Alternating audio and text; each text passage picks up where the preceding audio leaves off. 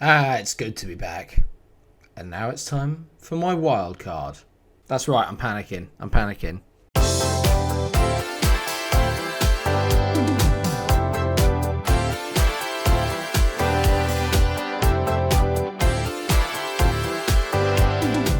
And while I'm at it, welcome to the new studio. Look, I've got a green screen. There will be designs on that walls. The entire studio is not finished yet, and obviously I'm going to do some decor there.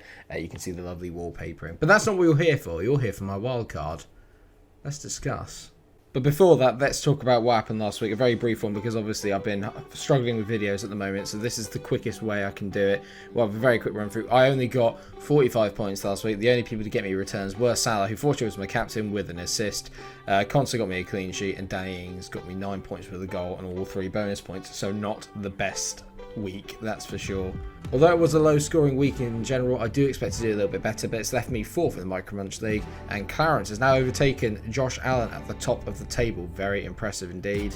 And I do want to say a big thank you to everyone that has joined. We are now at around about over 100 people have joined the MikeRo Invitational, so thank you so much everyone for joining. It is really nice to see all of you getting involved in it, and to make me feel 4th out of 100 does make me feel a bit better, so thank you for that as well. My hair is all over the gap. Oh, this green screen's going okay. Please bear in mind that this is only a draft, okay? I've still not finished it because I'm not 100% happy with the way that it looks. But there are a few new additions that I'm very, very happy with. So let's talk about them right now. So in goal, Hugo Lloris and Tottenham, however, were a bit unlucky not to keep a clean sheet against Newcastle. I think we're all safe to say. But in general, it's not been brilliant from them. So I have taken out Hugo Lloris and Nyland and swapped both goalkeepers around to two 4.5-ish options.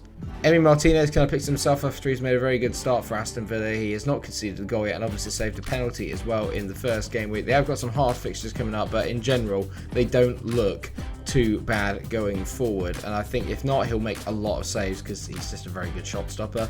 Similar to Alex McCarthy, who definitely hasn't had the best start, but Southampton look very solid in their 1-0 away win to Burnley, and their fixtures are still very good, apart from obviously the trip to Stamford Bridge in Game Week 5. You'd fancy them to keep a clean sheet in the majority of the games they've got coming up, as long as they don't play that suicidal high line.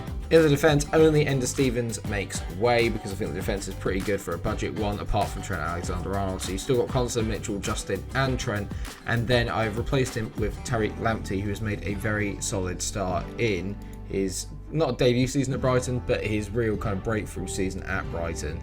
Played 90 minutes and still not scored anything less than 3 points so far, which for a defender is pretty decent considering the fact that they've actually only kept 1 clean sheet in all that time. In the midfield, I've not really made that much in the way of changes. Wilf Zaha, I think, is the man that I need to kind of put my faith in at the moment. He's away at Stamford Bridge this week, which on paper looks very difficult, but the way Chelsea are playing, especially at the back, I do fancy him to do very well there, and then his fixtures after that are absolutely brilliant. So I expect big things from Wilf coming over the next few weeks. Salah retains his place, as does James Rodriguez, but there are 2 changes, and this is where I'm not 100% happy, because I would always want Kevin De Bruyne or Raheem Sterling from Manchester City, but for the time being, as a placeholder, Riyad Mahrez has got off to a very good start so far this season. When he does play, he tends to score, and with the amount of injuries that City have got going on, I do fancy the Algerian to have a good little starting run. He was one of the few players that kind of took any kind of credit from their 5-2 mauling to Leicester City. It just depends whether Ferran Torres plays or not. I'm not 100% sure on this, and it could be a bit of a gamble,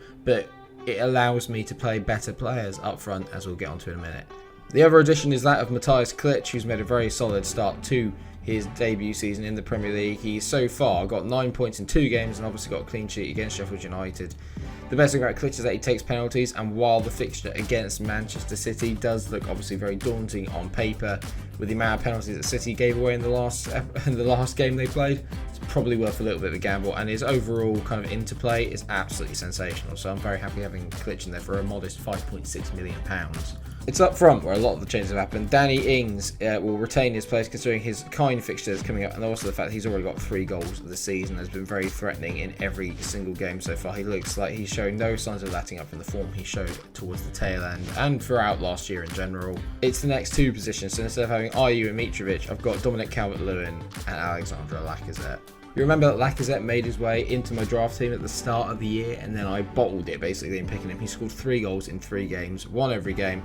a constant return of 7 points in every single game. He is a pretty decent finisher despite missing a bit of a sitter against Liverpool, and I do expect him to pick up some points. Their next few fixtures are very difficult, but Arsenal are playing much better in the big games. They're not going to run into Liverpool every week. They are hosting a kind of very, very fragile Sheffield United at the moment, so I think despite the fact he's got City away and some difficult games coming up, he tends to score in the big games, so I'm going to leave Lacazette in because I can't not have some Arsenal coverage.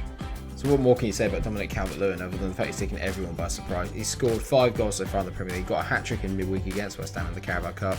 When you're hot, and he certainly is at the moment, and his fixtures look pretty decent. Even against Liverpool, I would fancy him to do something considering the high line that they play and the fact that it's a derby. I do think that at the moment, against my better judgment, he is just a very, very solid option while this form continues, because if not, he will continue to hurt me. And so far, he is really probably the difference between me being top of the majority of my leagues and me being a little bit farther below. Even in my personal team, I don't have him yet, and it's hurting me.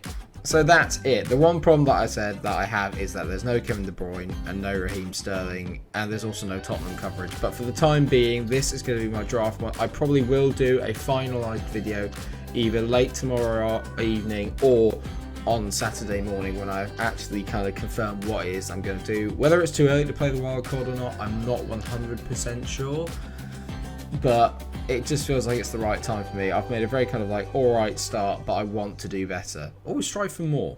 And if we look at the team that would be lining up for me at the start of the game week as follows, it would be McCarthy in goal, Trent away to Aston Villa, and you've got James Justin at home to West Ham, Concert at home to Liverpool, which isn't brilliant, but I think he might be able to do something from a set piece. He's been really, really impressive so far, Ezri Konsa. For me at the moment, he is Villa's best defender. Forget Tyrone Mings, Ezri Konsa is what makes that team tick right now.